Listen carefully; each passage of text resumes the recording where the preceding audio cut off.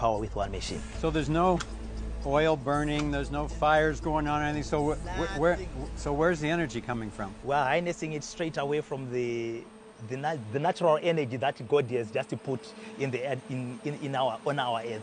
Yeah, the radio frequency. So nothing unusual, but the main point is that a meter away there's no frequencies being transmitted from a microwave tower next to the park we're standing in. It's a poignant day for us here, and amidst the excitement of seeing this for the first time, a couple of strangers showed up on the site where we were being shown these devices, and Maxwell, the inventor, took us aside as soon as he could and said, "These guys are from the government," and I didn't know they were coming. Unfortunately, we're truly concerned about this gentleman, and we're just going to take every precaution that we can to keep ourselves safe, to keep him safe, and to keep this knowledge safe. Hello guys, I told you guys I'm going to be bringing updates about the Zimbabwe guy that have made self-power TV that was able to transform a radio frequency into electricity. So there is this scientist, there are these engineers that came all the way from California and I think yes, United States of America to check on his inventions. So he carried them to the station. I want you to also listen to him and understand his perspectives about his inventions. I'll just allow you to watch the video and see it for yourself, where he explained himself very well.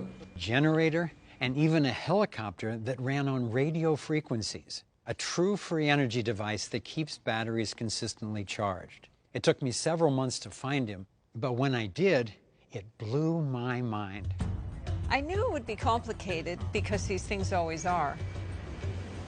Going to Zimbabwe, the Ethiopian airline that we had tickets with had just had a major crash, and a cyclone had just ravaged the area, leaving hundreds dead. Well, we're sitting at a hotel in Harare, Zimbabwe this morning. We're here today to start the vetting process and find out, okay, what's real? Over 95% of the time, these things aren't what they claim to be. This time we took engineer Nils Rognerud to assist with the vetting. When Nils and I arrived and met Maxwell, I was very impressed with just what a gentle, true-seeming soul he was. And then the next morning, we went to see the device, and he gave us a full tour. I was practically ecstatic. It was such a beautiful, elegant device. What we're looking at is called the green power off-grid machine. It is 0.5 megawatt, and we are relying with the radio frequency. We harness the radio frequency, convert it into pure energy that is useful. It is called a microsonic energy device. A microsonic energy device, it is the generator in this machine. For people who are not familiar with this, 0.5 megawatt, how much will that power in terms of a house or a community or what? We're talking of about 300 standard house homes, yeah, okay, that you can power with one machine. So there's no oil burning, there's no fires going on or anything, so where's the energy coming from? We're harnessing it straight away from the natural energy that God has just put on our earth, yeah, the radio frequency.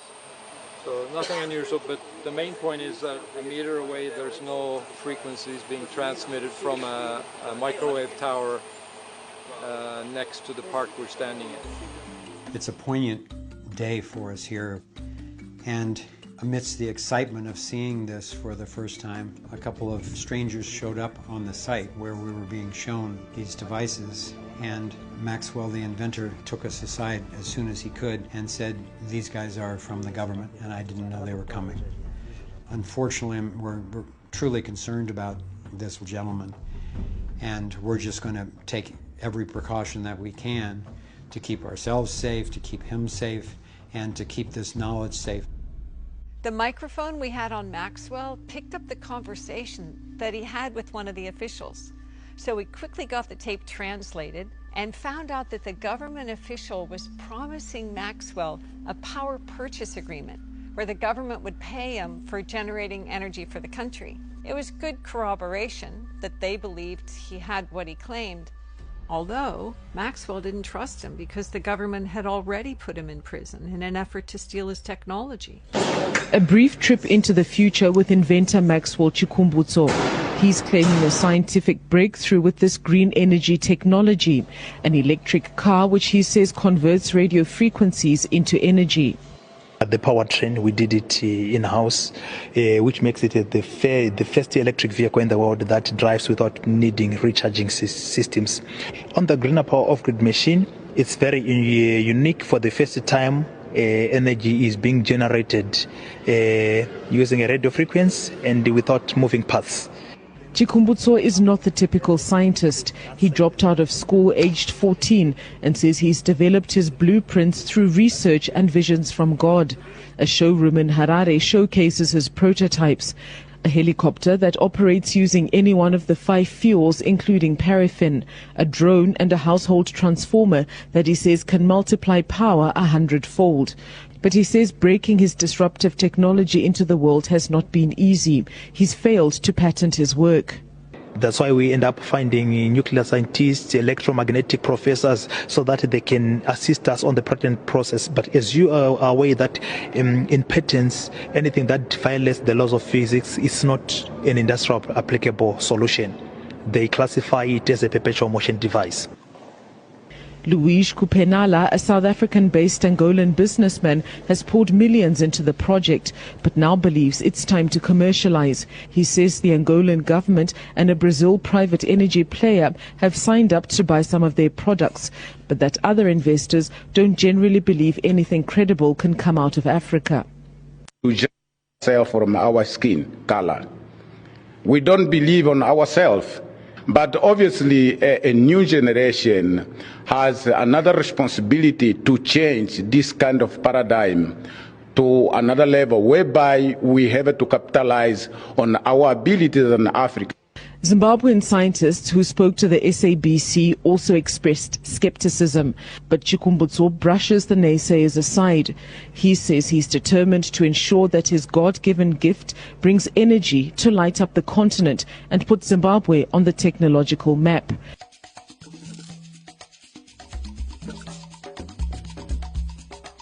Big Blue started at 4:36 p.m. We're here with Maxwell, and the test is starting.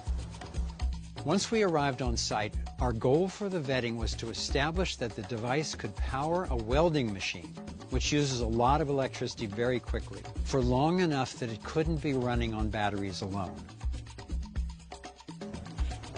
So you were asking where the energy came from. You mentioned the other day the sun, but it's not like solar energy. No, right? it's not. We're not using solar energy because this one is not even affected with clouds, light, and things like that. It just works. So the energy, the radio frequencies that you're harnessing, are they there in space, in the field all the time? Yes, they are. From the first day we started to test the machine, we have been analyzing and we saw that the radio frequency is there. But one thing that we want to know for sure is it alien or is it man-made from another planet or is it from God? That's where we need, I think, scientific people to define exactly. But we know the radio frequency, we have everything. If it's still a fully charged battery, the test is successful. It's not screws. Oh, that's 217. 0.9. That's perfect. We got it. So that's the 18 batteries. Yeah, that's the 18 batteries. So that's higher than the nominal voltage. Dude! Wow! So much. That is awesome. That's the 18 4-volt batteries. So it has higher voltage. Thank you. Give us 2 thumbs up. Thank you so much. One final check of the battery voltage revealed a shocking result. Not only had the machine outlasted the expected battery life, but the batteries were still fully charged. This proved that the device was being powered from an unknown energy source. Thank you. This is one of the happiest days of my life, and I am so proud of this man who has gone through so much. He's listened to the voice of the divine coming through him, and he's done whatever it takes to bring this through for humanity. So congratulations, my friend. Thank you so much. Now we're going to get you well. The test we did yesterday is historic. I still am digesting it because it basically means the end of fossil fuels.